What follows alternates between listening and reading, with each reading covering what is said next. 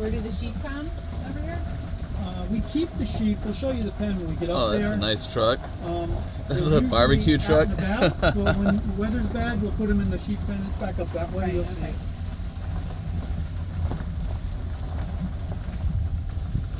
We're gonna leave room for Nice equipment tool in shed. case someone needs to get through.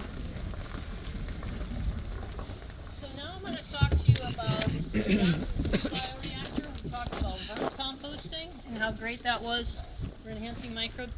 This system is made to really enhance the fungal species that's in the compost.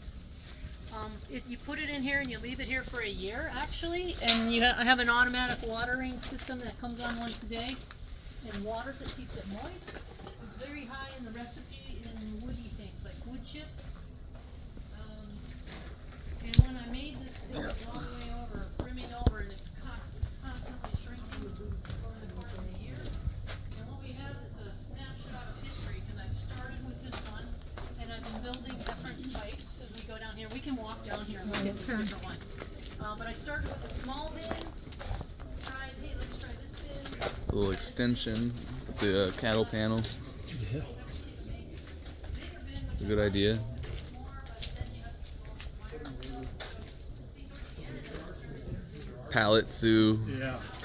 started Pallet Yeah. Sue reactor. Look at this spreader, Oh shit. a beast. I've never seen one this big, Dude, on a Mack truck. dude. So, I really Yeah. you can see that some of them are really It's like custom or something. and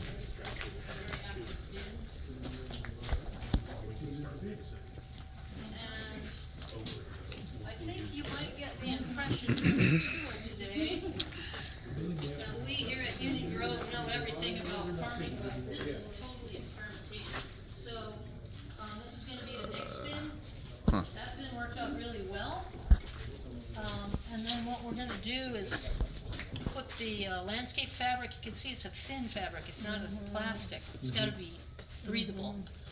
And you put the pipes in, and then you load it. So that's what these wooden things across the top were, to hold the pipes.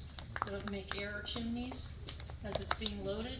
And then once you make it, you pull those out. So the next one's gonna be like this. Put the fabric in here. We'll take those same wooden strips across, lay it, put the pipes in, which we have, we have the pipes and they just have some rope on the top so you can pull them out. We'll reuse all that.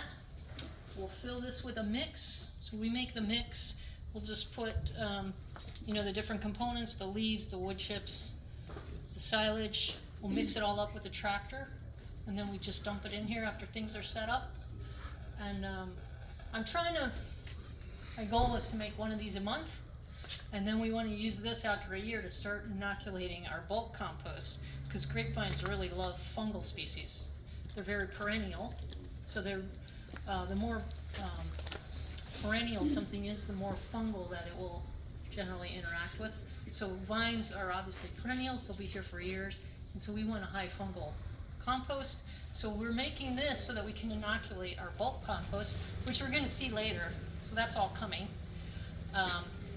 But we want to use this to get those beautiful fungal species growing in our compost, and then once it gets into that species, we'll spread it out into much higher bulk. I didn't inoculate these with anything. Basically what was the native species that were already in our chips and wood and everything. I water them once a day. So Johnson Sue bioreactor comes from Dr. Johnson definitely and his gonna wife, upload whose them, last name is you know, Sue. Do a So private they call it YouTube, the Johnson Sue share link. bioreactor. Yeah. I want to do some more experimentation with this because Yeah, I'm I want thinking that there your needs to notes. be some living roots in this.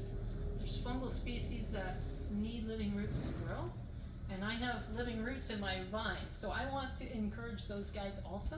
So I'm going to do some experimentation with growing some stuff on the top of this, and see if we can encourage also fungal species that live in association. You're a with plant genius. roots. I'm not a genius. No, but I've been to several conferences and there's people talking about that, and so what I'd like to do is then do my DNA sequencing and look at what microbial species are there and what fungal species are there, and see if it's richer in the species that we wanna associate with our vines. Yeah. So a lot of experimentation.